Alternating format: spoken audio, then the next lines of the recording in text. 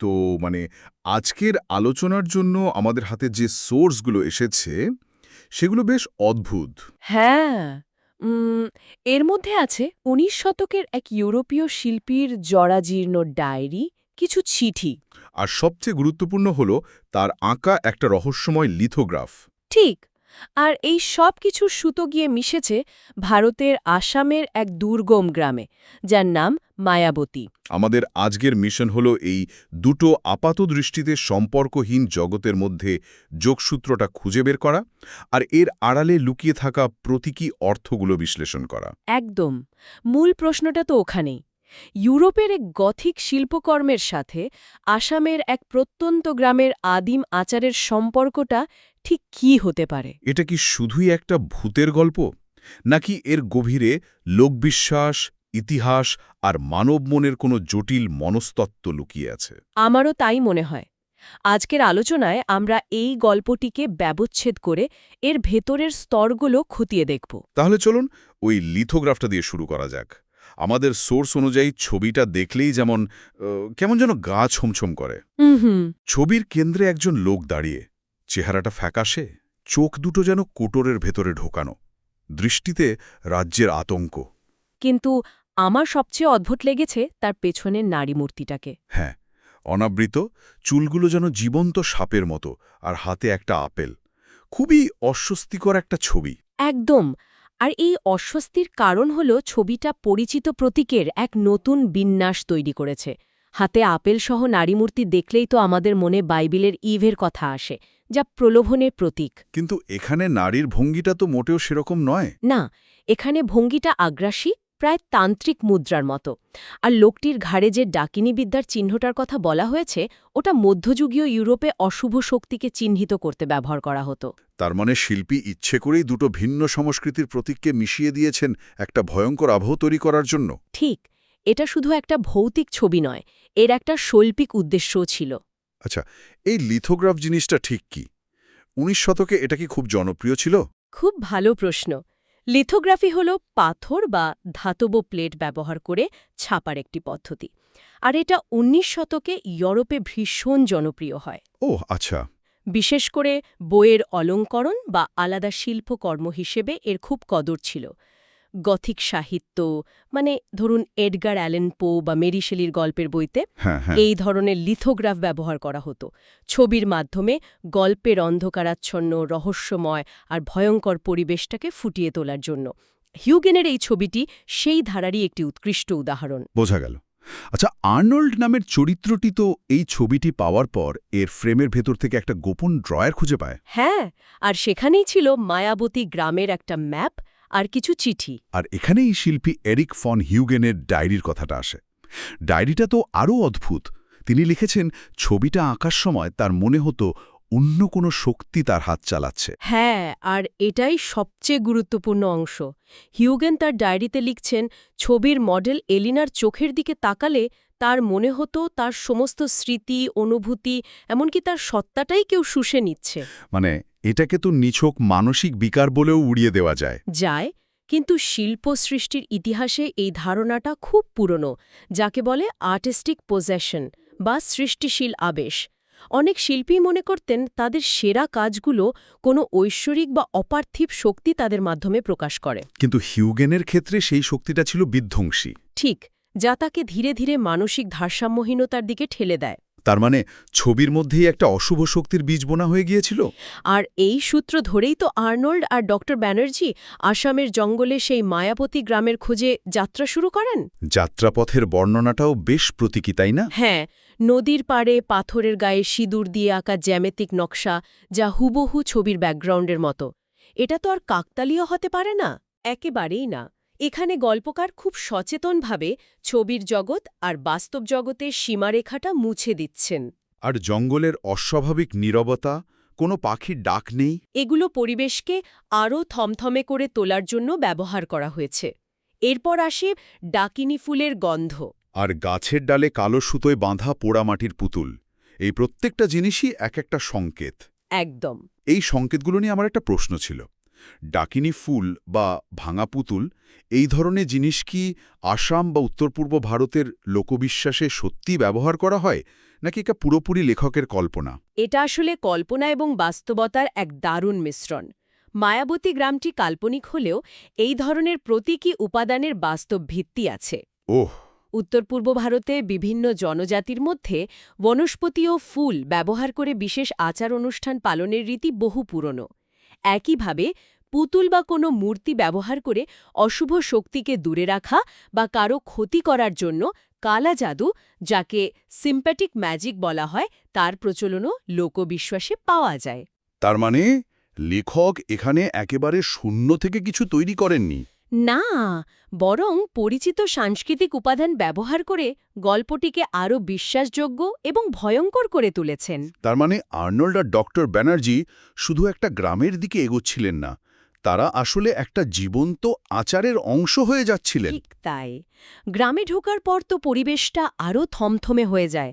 প্রত্যেক বাড়ির দরজায় রক্তের মতো সিঁদুরের ছাপ, গ্রামের মানুষগুলোর ভাবলেশীন চাহনি, সব মিলে একটা দম বন্ধ করা পরিস্থিতি। আর তারপর তারা জানতে পারেন গ্রামের প্রধান উৎসব ছায়া পূজার কথা। এই ছায়া পূজা ধারণাটাই তো গল্পের একেবারে কেন্দ্রে রয়েছে। একদম।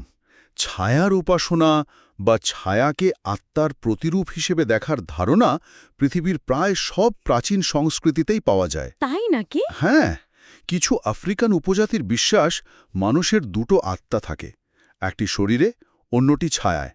প্রাচীন মিশরীয়রা মনে করত মৃত্যুর পর মানুষের ছায়া পরলোকে যাত্রা করে। এটা তো দারুণ ইন্টারেস্টিং। এমনকি কার্ল ইয়ুংয়ের মনস্তত্ত্বে শ্যাডো সেলফ বা ছায়া সত্তা বলে একটি ধারণা আছে, যা আমাদের ব্যক্তিত্বের অবদমিত অন্ধকার দিকটাকে বোঝায়। ভাবতেই অবাক লাগে।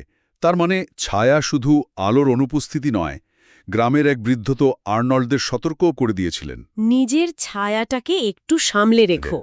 এই পূজার প্রস্তুতিটাও ছিল অদ্ভুত। কালো মাটির বেদি, নীলচে মশালের ধোয়া আর রূপলি সুতো দিয়ে সেলাই করা মুখহীন মানুষের মতো কালো কাপড়। এই মুখহীন অবয়বগুলোর তাৎপর্য কি? মুখহীন অবয়ব হল পরিচয়হীনতার প্রতীক। মুখই তো আমাদের পরিচয়ের সবচেয়ে বড় চিহ্ন, তাই না? হ্যাঁ, তা তো বটেই। যখন মুখ থাকে না, তখন ব্যক্তিত্বও থাকে না, থাকে শুধু একটা শূন্য খোলস। এই মুখহীন অবয়বগুলো আসলে ফোরশ্যাডোয়িং বা পূর্বাভাসের কাজ করছে। এটা আমাদের আগেই জানিয়ে দিচ্ছে যে এই পূজার উদ্দেশ্য হল কারো পরিচয় বা আত্মাকে কেড়ে নেওয়া। ঠিক যেমনটা শিল্পী হিউগেন অনুভব করেছিলেন, তার ভেতরের সত্তাটাকেও শুষে নিচ্ছে। একদম। এরপর সন্ধে নামার সাথী সাথে পূজার চূড়ান্ত পর্যায় শুরু হয়। পশুর চামড়ার ডুগডুগির শব্দে পালকিতে করে আসেন গ্রামের প্রধান ডাকিনী, যার মুখটা একটা সাদা মুখহীন মুখোশে ঢাকা। আর তখনই সেই ভয়ঙ্কর ঘটনাটা ঘটে।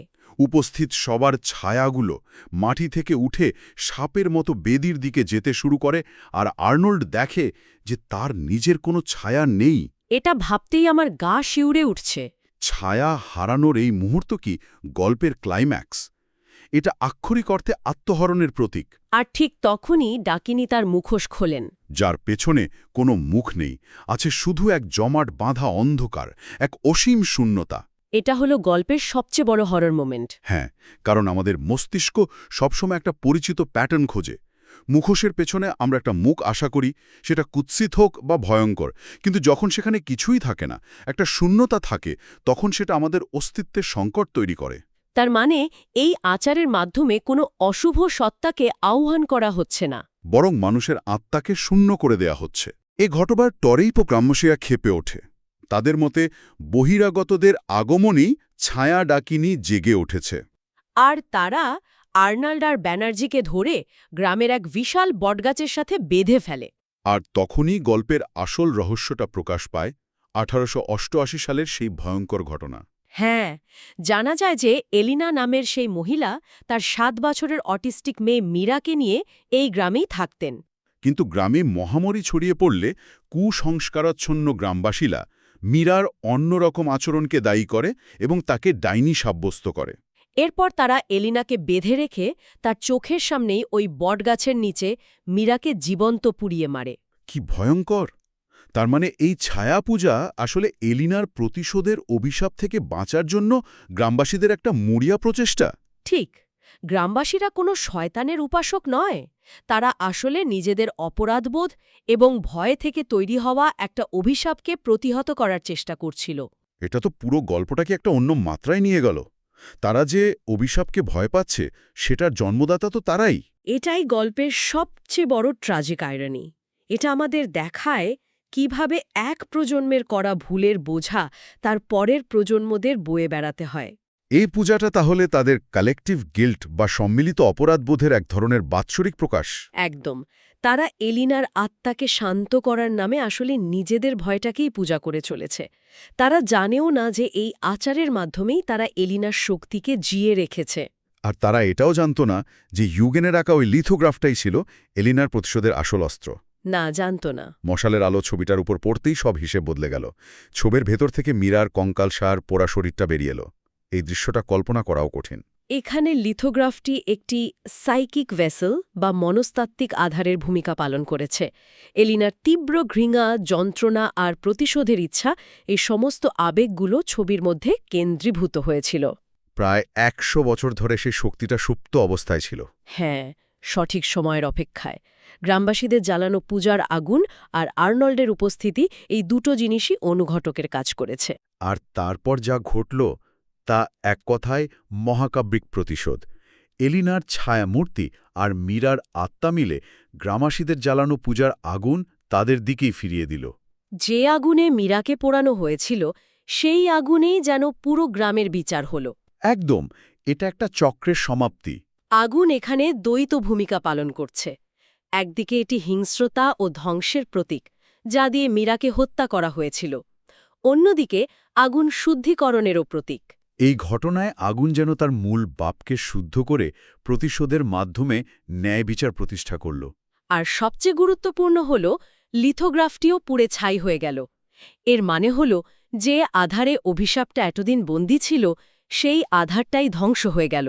চক্রটা সম্পূর্ণ হল। আর মাওমের শেষ আলিঙ্গন সাদা ধোঁয়ায় পরিণত হয়ে আকাশে মিলিয়ে যাওয়া, এটা বুঝিয়ে দেয় যে তাদের শতবর্ষের যন্ত্রণা শেষ হয়েছে, তারা মুক্তি পেয়েছে। জ্বলন্ত গ্রাম পেছনে ফেলে আর্নল্ড আর ব্যানার্জি কোনো মতে পালিয়ে আসেন। ডক্টর ব্যানার্জির শেষ কথাটা আমার মাথায় গেঁথে গেছে। তিনি বলেছিলেন, শেষ হলো কিনা জানি না আর্নল্ড, তবে প্রকৃতি বড় অদ্ভুত। কে কখন কিভাবে নিজের বিচার ছিনিয়ে নেবে সেটা আমরা কেউ জানি না। আর এই উক্তিটাই আমাদের আজকের আলোচনা শেষে একটা বড় প্রশ্ন রেখে যায়। কি প্রশ্ন? এই গল্পে এলিনার প্রতিশোধকে এক ধরনের প্রাকৃতিক ন্যায় বিচার বা পোয়েটিক জাস্টিস হিসেবে দেখানো হয়েছে। একজন পাঠক বা শ্রোতা হিসেবে আমরা হয়তো এলিনার পক্ষেই থাকি, কারণ তার সাথে হওয়া অন্যায়টা ছিল ভয়াবহ। হ্যাঁ, তা তো বটে। কিন্তু প্রশ্ন হল, ১ শতাব্দী আগে করা কিছু মানুষের ভুলের জন্য তাদের বংশধরদের, যারা হয়তো নিরপরাধ, তাদের এমন ভয়ঙ্কর পরিণতি কি নৈতিকভাবে সমর্থনযোগ্য? এটা সত্যি একটা জটিল প্রশ্ন। একদিকে মনে হয় বিচার তো হয়েছে, কিন্তু অন্যদিকে হ্যাঁ, এটা তো আরেকটা গণহত্যার শামিল। ঠিক তাই। গল্পটা শেষ পর্যন্ত আমাদের প্রতিশোধের চক্র নিয়ে ভাবতে বাধ্য করে। এলিনার প্রতিশোধ কি সত্যিই শান্তি এনে দিল, নাকি ঘৃণার একটা ভয়ঙ্কর প্রদর্শনের মাধ্যমে শুধু একটা চক্রের সমাপ্তি ঘটালো? এই অতিপ্রাকৃত গল্পটা আমাদেরই কঠিন বাস্তব প্রশ্নগুলোর সামনে দাঁড় করিয়ে দেয়, যার সহজ কোনো উত্তর নেই। আর এখানেই এই সোর্সগুলোর সার্থকতা।